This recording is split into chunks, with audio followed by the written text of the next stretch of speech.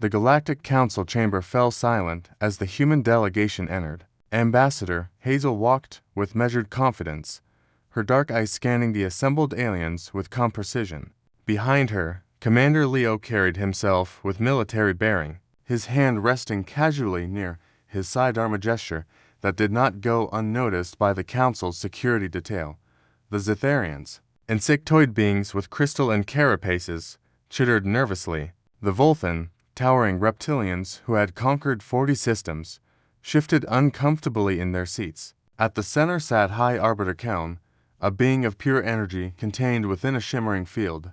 Humans, Keln's voice resonated through translation matrices. You stand before the Galactic Council to petition for entry into civilized space. We have reviewed your application. Your species has barely left its home system. You possess primitive fusion drives and rudimentary weapons. Tell us what makes you think you deserve a place among the stars.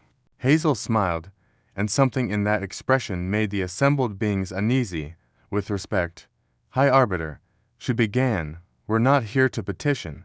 We're here to inform you that we've been part of galactic civilization far longer than any of you realize. The chamber erupted in confusion. Delegates shouted protests in a dozen languages. Keln raised a luminous appendage, demanding silence. Explain yourself. Human, your radio transmissions first reached us merely 70 of your years ago. We have monitored your world. Your children playing with fire. Leo stepped forward, activating a holographic display. Images flickered to life star charts, ship designs, planetary surveys. But these weren't human designs. They were Zetharian, Volthan, and a dozen other species represented in the chamber. 2157, Leo said quietly. That's when humanity officially discovered faster than light travel, according to our public records. But the truth, he tapped the display, showing an ancient Earth date, 1952, Roswell, New Mexico. We didn't find alien technology that day. We found a crashed Zetharian scout ship. The Zetharian delegates' mandibles clacked in distress. Impossible. Our scouts reported no contact because your scout never reported at all. Hazel interrupted. We recovered the ship. We recovered the pilot. And for the past centuries, humanity has been reverse engineering everything we found. But more importantly, we've been watching, listening, learning. She walked slowly around the chamber's perimeter, meeting the eyes of each delegate. The Volthan invasion fleet that mysteriously disappeared in the Kelmer sector. We destroyed it.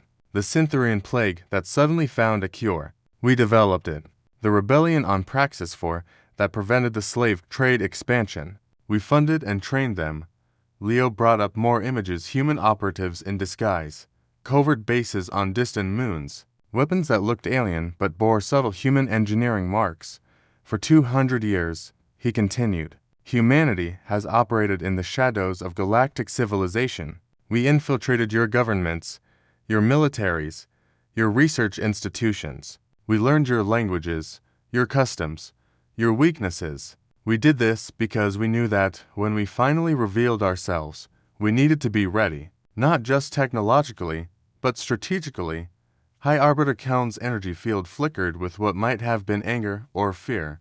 This is a violation of every protocol. If what you say is true, you've manipulated galactic affairs for centuries.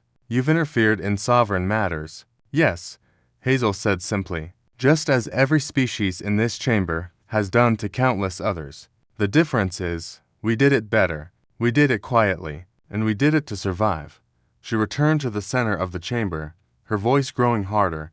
You want to know what makes humanity special? It's not our technology, we stole most of that from you. It's not our physical prowess, half the species here could tear us apart. It's our adaptability, our paranoia, our absolute refusal to be anyone's victims.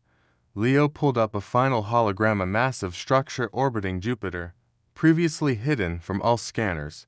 This is Bastion Station. It's been operational for 90 years. It houses a fleet of 5,000 warships, all built with technology borrowed and improved from every member of this council. It has enough firepower to sterilize every capital world in council space simultaneously. The chamber descended into chaos. Delegates screamed accusations and threats. Security forces moved toward the humans, but Hazel raised her hand, and suddenly every weapon in the room went dead. Every system shut down. Before anyone does something regrettable, she said calmly, understand this, we're not here to threaten you. We're here to join you as equals. Everything we've done, every secret we've kept, was to ensure that, when this day came, you would respect us, fear us, perhaps, but never, ever underestimate us. Keln's energy field stabilized, and when he spoke, there was new respect in his voice. What do you want? Humans. A seat at this table, Hazel replied, not as supplicants, but as partners. We've proven we can match any of you in cunning and exceed most in determination. We've been fighting your shadow wars, solving your problems, and keeping galactic civilization from tearing itself apart. It's time you acknowledged what we've earned, Leo added, and in return, we'll share everything we've learned, every breakthrough, every innovation. Humanity doesn't want to rule the galaxy. We just want to make sure we're never at its mercy. The silence stretched for long moments. Finally, Keln gestured to an empty seat, the one reserved for new council members. It seems, the High Arbiter said slowly, that humanity has already been part of this council, whether we knew it or not. Very well, take your seat, Ambassador. But know this, what you've revealed today changes everything. Hazel sat down, Leo standing guard behind her. Good, she said. It was supposed to, as the council reconvened to discuss humanity's formal admission. Delegates whispered nervously among themselves. They had thought they were greeting a naive newcomer to the galactic stage. They had been very, very wrong.